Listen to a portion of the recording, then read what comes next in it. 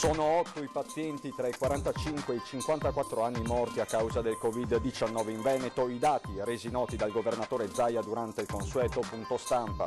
Si continua a discutere sulla data delle prossime elezioni, bisogna farle appena possibile, dice Zaia, ma per il candidato del centro-sinistra Lorenzoni alle urne non prima dell'estate. Per la prima volta dal 22 febbraio, quando venne chiuso, si riaprono ai giornalisti le porte dell'ospedale di Schiavonia, una struttura all'avanguardia con macchinari innovativi. A un mese dall'inizio del blocco, gli industriali di Veneto, Lombardia, Piemonte ed Emilia firmano l'agenda delle riaperture. Con un lockdown prolungato ammoniscono stipendi a rischio. Approvato in Commissione Bilancio del Senato un ordine del giorno a sostegno delle emittenti televisive locali per il senatore Demma Ferrazzi, presidio dell'informazione e tenuta democratica del Paese. È accusato di tentato omicidio un 42enne di Montecchio Maggiore che ieri in serata ha coltellato la moglie dopo l'ennesimo litigio. Lei fugge in strada e viene soccorsa, il marito è stato arrestato. Misure contro la diffusione del contagio ancora molto blande in Svezia, dove vive un giovane padovano contro il virus, racconta da Malmo: mi difendo con il rigore che sta applicando l'Italia. Bentrovati telespettatori di Antenna 3 Nord-Est per l'edizione regionale dei nostri telegiornali. In apertura ci sono i dati del contagio, anche se siamo ancora in attesa del secondo report di giornata. Stando però ai dati diffusi nella prima mattinata di oggi e relativi alla notte scorsa, si sono raggiunti e superati i 12.400 contagiati, per l'esattezza 12.410, 389 positivi in più rispetto al report di ieri sera, quindi un incremento consistente, complice anche la campagna di tamponi che si sta effettuando a tappeto e che si è anche sbloccata, come ha detto oggi il presidente Zaia. I contagiati quindi attuali sono 10.170, i deceduti in totale dall'inizio dell'emergenza sia nelle strutture ospedaliere che in quelle territoriali sono invece 736, 666 solo negli ospedali, 10 in più rispetto al pomeriggio di ieri. In isolamento contagiati e loro contatti si trovano 18.886 persone, diminuiscono i ricoveri e anche i posti letto occupati in terapia intensiva, ma siamo per l'appunto in attesa del secondo report di giornata. E sulla letalità di questo virus è ritornato oggi nel consueto punto stampa il governatore Zaia. Un virus che colpisce tutte le fasce d'età, ha detto il presidente, ma sentiamolo. Dai 45 ai 54 anni abbiamo avuto 8 persone che hanno perso la vita. Dai 55 ai 64 anni, poi ve lo darò il bollettino, non preoccupatevi, 33 persone. Dai 65 anni ai 74 anni 101 persone, maggiori di 75 anni 594. L'età media, qua non c'è scritto ma segnatevelo, è 82 anni. I numeri continuano a parlare di un virus che non fa distinzioni, certo l'incidenza della letalità varia a seconda delle fasce d'età. Come però si vede, tutte le fasce di età sono colpite, ovviamente con percentuali diverse, ma tutte le fasce di età sono colpite. La fotografia di Zaia arriva a pochi giorni dalla Pasqua, un modo anche per ribadire che l'attenzione non deve andare in vacanza e che le restrizioni restano, così come i controlli. La mia preghiera che faccio ai cittadini, allora i cittadini ancora di resistere perché questi dati se ce li abbiamo perché comunque i cittadini hanno fatto un grande lavoro, in particolar modo i giovani. Ogni altra mossa, a cominciare dal piano della ripartenza economica, dipenderà dalla scienza e dal governo che ne ha la piena competenza. Tutti mi chiedono in queste ore cosa accadrà dopo il 13, che è Pasquetta. E io continuo a dire che dopo il 13 accadrà quello che il governo deciderà. Dalle decisioni nazionali dipenderà anche il piano regionale. Noi vi dico già, vi confermo che abbiamo già un piano pronto qualora si potessero aprire le imprese, per le imprese, di monitoraggio e di affiancamento e accompagnamento, perché è giusto che le imprese, se possono aprire, riescano a aprire con la messa in sicurezza dei lavoratori. Il piano è pressoché ultimato, visto anche stamattina, deve essere ancora, come si può dire, affinato. Il rischio però è sempre dietro l'angolo e va scongiurato in ogni modo. Vorrei ribadire che il rischio di aprire male rappresenta il problema del rebound, cioè della ricaduta. Ma nel consueto punto stampa, complici le domande della TV russa, è partito anche un messaggio di fiducia ai turisti in vista della stagione. Abbiamo molta presenza dei russi, li ringraziamo e li salutiamo, sono nostri graditissimi ospiti e a loro diciamo che noi l'estate contiamo di farla tutta, quindi la stagione estiva contiamo assolutamente di essere a pieno regime. Resta la partita delle elezioni regionali rinviate dall'ultimo decreto liquidità in autunno, una scelta che Zaia aveva subito bollato come una follia, calcolando che proprio nei mesi più freddi il virus potrebbe ritornare. Da qui a maggio si fa metà giugno, fine giugno, inizio luglio, metà luglio, non dico Ferragosto, ma insomma ce n'è di spazio. Se usciamo dalla tragedia, se non ci usciamo, mi sembra inevitabile. A questo punto si sospenderanno le elezioni per un po' di anni e prorogheranno tutti. No? Io penso che prima, appena ci sono le condizioni, bisogna votare. Votare quindi il prima possibile, non certo prima dell'estate, replica a stretto giro di posta il candidato del centro-sinistra alle regionali Arturo Lorenzoni, che tuttavia, secondo indiscrezioni, potrebbe non essere più l'avversario di Zaia. Ma resterà il candidato? Perché dicono che questo prolungamento dell'amministrazione potrebbe cambiare il volto? Ma guardi, è un po' come le volate ciclistiche, no? C'è chi parte con la volata prima, chi parte dopo. Certamente partire quando non si sa dove sia il traguardo è un po' assurdo. Vabbè, ma lei è il candidato però, no? Ma io credo di sì. In questo momento c'è stato un pronunciamento da parte del Partito Democratico, da parte di altre forze. Il terreno trema sotto Arturo Lorenzoni? Il candidato ufficiale del centro-sinistra alle regionali giura di no, ma i rumors nell'ambiente avversario a Zaia dicono altro. Sul piatto ci sono quelle urne che il governo vuole aprire solo in autunno con gran scorno dello stesso Zaia, che forse potrebbe avere un altro competitor se quei rumors diventassero realtà. Nel mirino dei detrattori di Lorenzoni la sua scarsa presenza nel dibattito sull'emergenza coronavirus, diversamente da quella Achille Variati che da sottosegretario all'interno non manca di far sentire la sua voce. Con Variati io ho un ottimo dialogo, un ottimo rapporto e non vedo un motivo per andare a modificare. È chiaro che se le elezioni arrivassero il prossimo anno, chi lo sa, sarebbe tutto da rimettere in gioco. Già, il rebus sta proprio nella data delle elezioni. Zaia non manca di ribadirlo da giorni, votare il prima possibile, ma per Lorenzoni quel prima possibile ha comunque dei paletti. Credo che prima dell'estate sia improponibile pensare di andare a poter confrontare degli schieramenti, nel senso che stiamo ancora vivendo questo momento difficilissimo e questo momento in cui comunicare cose diverse dalla gestione dell'emergenza è praticamente impossibile. Settembre già sarebbe diverso, azzarda il candidato del centro-sinistra, che pone un'altra questione di merito. Il governatore Zaia ha vissuto una sovraesposizione mediatica elevatissima, è dovuta a questo momento veramente difficile e in cui era necessario che tutti fossimo uniti intorno alla gestione dell'emergenza e così è stato fatto. Sono stato rispettoso delle istituzioni in questo momento delicato, dice, ed è forse proprio questo che i suoi alleati gli rimproverano, anche se sulla questione coronavirus una critica all'operato della regione ce l'ha. A me è dispiaciuto che alcune misure non siano state concordate con i territori, la creazione degli ospedali Covid, per esempio, che è stata una misura tecnicamente ineccepibile, è stata fatta in modo subito dalle persone. Allora nell'Alto Vicentino, piuttosto che nella Bassa Padovana, nella Bassa Veronese, c'è stata veramente sofferenza per la necessità di vedersi espropriati di una sanità del territorio che invece è importantissima. E a proposito di ospedali Covid, entriamo in quello di Schiavonia. È diventato l'ospedale simbolo dell'emergenza coronavirus. Quando l'epidemia arrivò in Veneto, il nosocomio di Schiavonia venne immediatamente chiuso e piano piano svuotato. Ricordiamo ancora le immagini dei familiari dei pazienti ricoverati costretti a rimanere lontani dalla struttura, di quel nonno che consegnava ai carabinieri il passeggino del nipotino appena nato.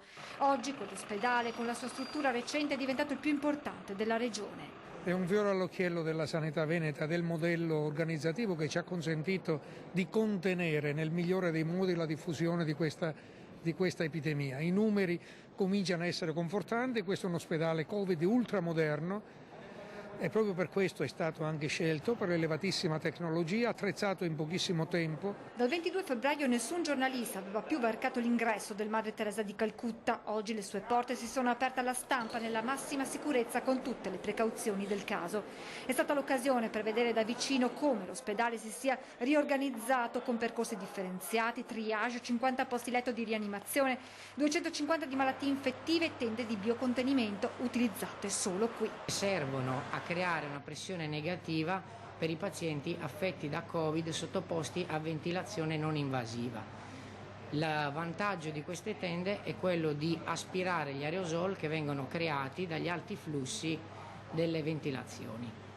Quindi è una protezione molto efficace per gli operatori e per il paziente. Per affrontare l'epidemia si è rivista l'organizzazione interna. Questa, ad esempio, che prima dell'emergenza era la sala di risveglio, è stata trasformata in terapia intensiva con 8 posti letto e altri 6 pronti ad entrare in funzione. Fino a ieri qui c'erano pazienti ricoverati. Oggi li abbiamo lasciati tranquilli. Speriamo per il bene dei pazienti. Non è una rianimazione disattivata, è pronta all'uso, in qualsiasi momento, anche tra 5 minuti, possiamo accogliere pazienti e quindi è già tutto predisposto per poter essere operativa. È un virus di cui si conosce ancora poco, spiega il dottor Baratto, che aggiunge come resti da capire perché in alcuni soggetti aggredisca in modo importante il sistema respiratorio. I pazienti che sono aggrediti dal punto di vista respiratorio per un periodo di tempo che si aggira intorno alle 2 settimane più o meno, restano stazionari nonostante le terapie che noi facciamo, nel senso che è difficile vedere dei miglioramenti in tempi rapidi come potevamo vedere con altre polmoniti. Oggi dalla terapia intensiva di Schiavonia è stato dimesso il 7° paziente. Cominciamo quindi a vedere un po' il frutto del nostro lavoro. Per i primi 15 giorni è stato frustrante non vedere risultati. C'è poi l'emergenza economica. Proprio oggi la Confindustria del Veneto con il presidente Enrico Carraro, Lombardia, Emilia-Romagna, Piemonte hanno sottoscritto un'agenda per la riapertura delle imprese e la difesa dei luoghi di lavoro a fronteggiare l'emergenza coronavirus.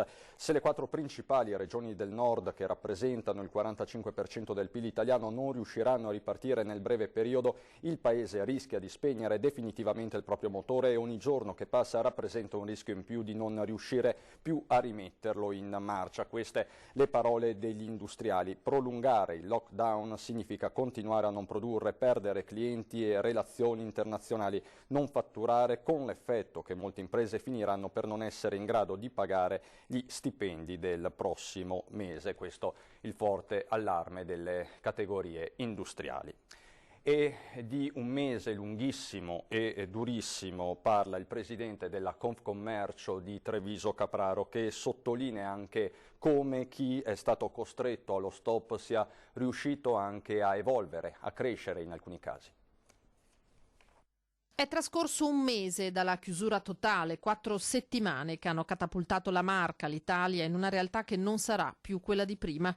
In attesa della pubblicazione del decreto in soccorso alle imprese e con lo sguardo rivolto alla cosiddetta fase 2, il presidente provinciale di Confcommercio Capraro fa un primo bilancio del cosiddetto lockdown. Lunghissimo e durissimo per tutti, sono state settimane davvero impegnative da tutti i punti di vista e anche dal punto di vista psicologico per la tenuta dei nostri imprenditori e delle nostre imprese. Migliaia le aziende che con il silenzio assenso stanno riaprendo. Beni di prima necessità a parte, il terziario dovrà invece ancora aspettare. Per Capraro alcuni spiragli però già ci sarebbero. Credo che anche nell'ambito del commercio, così come in quello della produzione, vi siano delle realtà che per le merceologie possono riaprire da subito con delle prescrizioni, con delle attenzioni, potrebbe essere il numero dei clienti all'interno del negozio, come dicevo, sulla ristorazione nei pubblici esercizi, di dove è più facile che si crei l'aggregazione che si sta ovviamente evitando per le ragioni sanitarie di cui parliamo, allora sicuramente ci vogliono dispositivi e ci vogliono modalità diverse e posso anche capire che i tempi vadano ad allungarsi. Ristorazione che si sta attrezzando con le consegne a domicilio a Pasqua alla prova del 9, tanto che l'Ascom ha creato un portale ad hoc e da qui, conclude il presidente Capraro, non si torna indietro. Ripartiremo da qui non ripartiremo da dove siamo stati interrotti. Tutta la consegna a domicilio è una nuova modalità e tra l'altro una nuova abitudine, perché quando dopo un mese, probabilmente 2 mesi, ci si è abituati a quel nuovo sistema, quello è il nuovo servizio per una parte di merceologia. E sempre sul fronte economico, le RSU dello stabilimento Electrolux di Suzegan hanno riferito di aver appreso che la produzione riprenderà il prossimo 15 aprile, ma soltanto da comunicazioni dell'azienda fatte veicolare attraverso i social. Ufficialmente proseguono le RSU, nulla è stato detto al sindacato in relazione ai comunicati circolanti sulle diverse piattaforme, rimaniamo in attesa di eventuale ufficialità. È evidente, dicono, l'imprudenza di tale fretta, data anche la mancanza di un decreto del governo in questo senso. E oggi la Regione del Veneto ha diffuso i dati sui tamponi nelle case di riposo, campagna che sarà ultimata entro Pasqua o al massimo lunedì di Pasquetta. Anche nella riunione di stamattina con i direttori generali ci hanno detto, insomma, che da qui a domenica, lunedì massimo, completano il giro, quindi all'interno di tutte le strutture, quindi con il campione totale, perché adesso si sono organizzati, riescono a fare anche più strutture con dei team che si sono anche specializzati, che vanno dentro le strutture e fanno queste verifiche. Questo è il cronoprogramma che Regione Veneto e i direttori delle ULSS venete si sono dati per portare a termine la campagna dei tamponi nelle case di riposo del territorio, sempre più epicentro dell'emergenza. Sono già entrati in 183 strutture. Il dato complessivo che noi abbiamo sono di 360-350 strutture. I dati ad oggi parlano di 8.490 ospiti sottoposti a tampone, 1.508 coloro che sono risultati positivi, 143 gli anziani ricoverati. Per quanto riguarda invece gli operatori delle case di riposo, su un totale di 21.036 persone, 9.490 quelle sottoposte a screening, 805 i casi di positività accertata.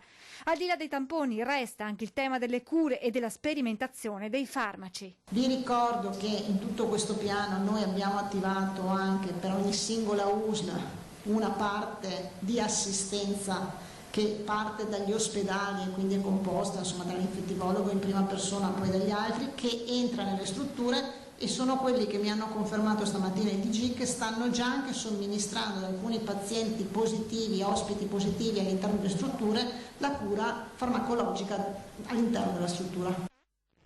Parliamo adesso di informazione, parliamo di noi. La Commissione Bilancio del Senato ha infatti approvato l'ordine del giorno a sostegno delle emittenti radiotelevisive locali. In questo difficile momento, ha detto il senatore Ferrazzi, intervenendo in diretta nel nostro notiziario, rappresentano un presidio per l'informazione e la tenuta democratica del Paese. Ma sentiamo Ferrazzi. Lei lo sperimenta ogni giorno, quanto i cittadini, in particolare durante questa pandemia, fossero interessati certamente, non so, i cittadini del Veneto, quello che succede in tutta Italia naturalmente, ma poi erano anche molto interessati di quello che succedeva nel loro comune, nel loro territorio, di quanti venivano curati, della situazione degli ospedali, del territorio, eccetera. Ebbene, queste informazioni si trovano solo nelle emittenti locali. Il senatore veneziano Andrea Ferrazzi l'ha definita una rete decisiva per la tenuta del tessuto sociale del Paese.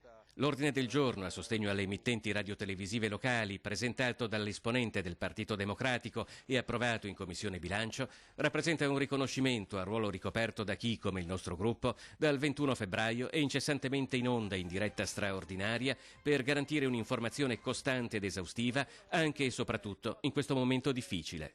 Il provvedimento di oggi, che tra l'altro proprio qui appena votato, dice che impegna il governo a garantire nel primo provvedimento utile lo stanziamento di risorse aggiuntive nel 2020. Sì, perché sennò chiaramente molte con la perdita dei contratti, perché non viviamo di canone, insomma, lasciamo perdere questo tema, rischiano di mettere in difficoltà un comparto, tutto questo rischia di mettere in difficoltà un comparto e i lavoratori, no? Quindi parliamo di migliaia di persone comunque anche nel nostro paese. Rischieremmo, se non intervenissimo subito, una pericolosissima deriva di chiusura progressiva di questi, diciamo, baluardi dell'informazione libera nei nostri territori. Anche in questa emergenza, ha detto il senatore Ferrazzi, il sistema dell'emittenza locale rappresenta un presidio per il pluralismo dell'informazione, la lotta alle fake news, la tenuta democratica e sociale del Paese. Informazione libera, democratica, soprattutto contro le balle delle fake news che sappiamo nei social sono diffusissime, facendo peraltro contraddittorio e facendo una selezione, come dire, delle fonti delle informazioni. Insomma, un libero sistema democratico di informazione che è la quintessenza della democrazia. Adesso per noi c'è la pubblicità, dopo.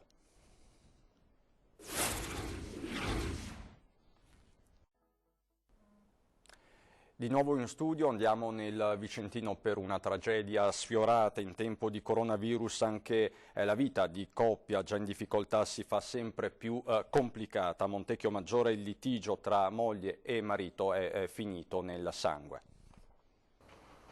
Doveva essere una sorta di vacanza di Pasqua a casa di un amico in Viale Stazione a Montecchio Maggiore, nonostante le misure restrittive dettate dalla pandemia. 39 anni lei, 42 lui, entrambi di Vicenza, da tempo una vita fatta di litigi, una separazione, poi il ritorno assieme, ma sempre con problemi. La sera di martedì l'amico esce di casa, l'occasione per l'ennesima discussione, ma questa volta finisce nel sangue. Sono passate le 7 di sera quando al primo piano di questa palazzina il litigio tra la coppia arriva all'epilogo. La donna viene colpita all'addome con un coltello da cucina. La 39enne sanguinante riesce ad uscire dall'abitazione e a chiamare il 118 quando si accascia a terra nell'androne del palazzo. Sono momenti concitati ed accorrere subito la moglie del titolare della macelleria di fronte al palazzo. Ha visto una signora accasciata a terra che si lamentava e gli ha detto di stare tranquilla, che arrivavano i soccorsi subito. Inequivocabili le parole della donna a terra che si tiene il ventre. Se l'ha mal coltellato.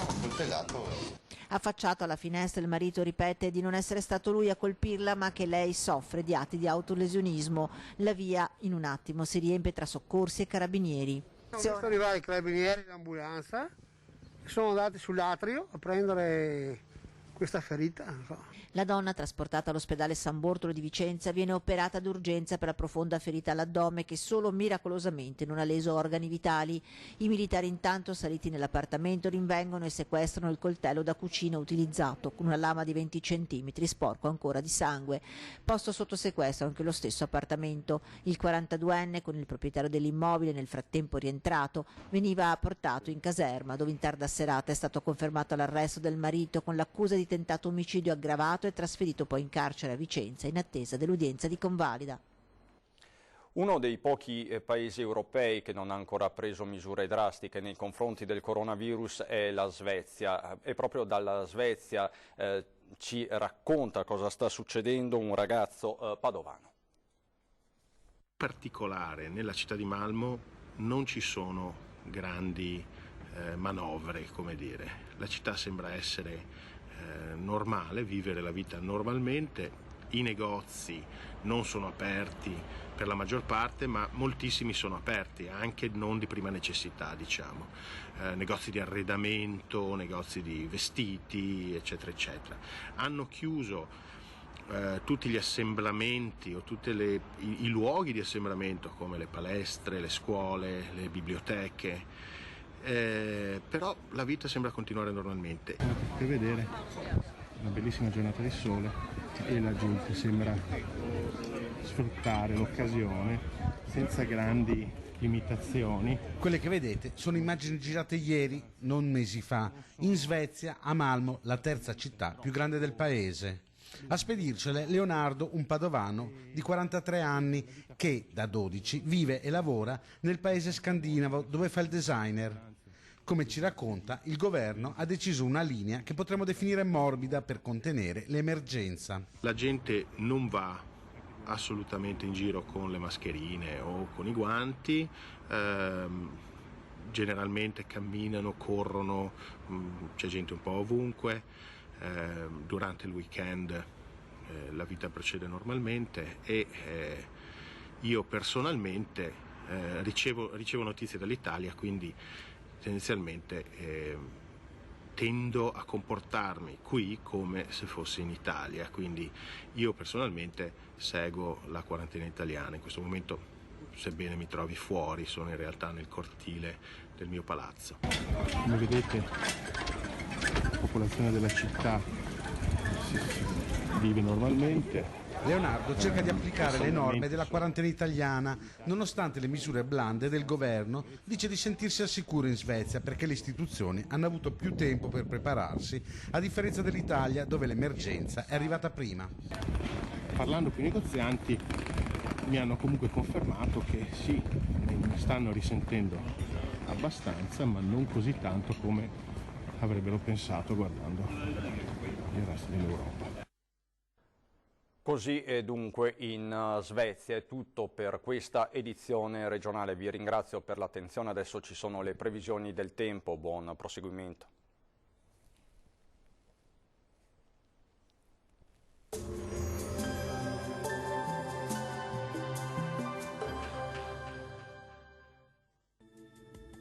Bentrovati al meteo. La circolazione anticiclonica iniziata con l'arrivo di aprile persisterà anche nella giornata di giovedì 9 e sarà dunque bel tempo e caldo. La situazione nel dettaglio. Sul Veneto avremo una bellissima giornata ampiamente stabile e soleggiata su tutti i settori della nostra regione. Infatti il cielo si presenterà sereno e sgombro da nubi, assenza di precipitazioni. Temperature calde ma gradevoli, minime comprese tra 5 e 7 gradi, valori massimi invece tra i 20 e i 22. Stessa situazione anche sul Friuli Venezia Giulia, con sole ovunque, vedete nessuna pioggia e cielo anche qui terso e limpido. Temperature minime tra 7 e 9 gradi, massime invece tra i 21 e i 23. Poche novità infine sul Trentino Alto Adige, anche qui sarà soleggiato dappertutto e come vedete la nuvolosità sarà assente. Temperature minime tra 6 e 7 gradi, massime invece fino a 24 gradi all'incirca. Dal meteo di Antena 3 per ora è tutto, grazie per l'attenzione e arrivederci al prossimo aggiornamento.